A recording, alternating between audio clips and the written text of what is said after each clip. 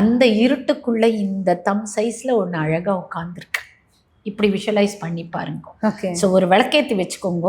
நம்மளுடைய ஹிருதய சக்கரம் என்னும் இந்த 2 லங்ஸுக்கு நடுவில் இருக்கக்கூடிய இடம், அந்த நாபியிலிருந்து 3-4 இன்ச்சு மேலே இந்த எந்த இடத்த நெஞ்சத்தொட்டு சொல்கிறேன்னு சொல்லுவோமோ அந்த இடம்.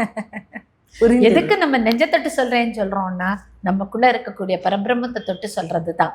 ஸோ அந்த இடத்துக்குள்ள ஒரு ஒளி வெள்ளத்தை விஷுவலைஸ் பண்ணுங்க. பண்ணிட்டு கொஞ்சம் கொஞ்சம் கொஞ்சம் கொஞ்சமாக அதுக்குள்ளே முழுக பாருங்க.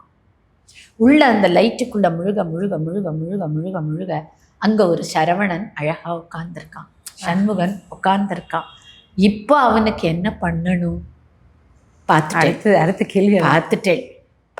அவனுக்கு நம்ம என்ன பண்ணணும்?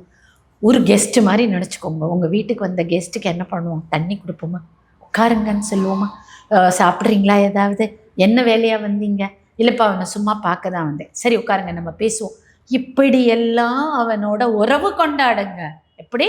ஃபஸ்ட்டு வந்தவனுக்கு மானசீகமாக இருக்க இடம் கொடுங்கள்.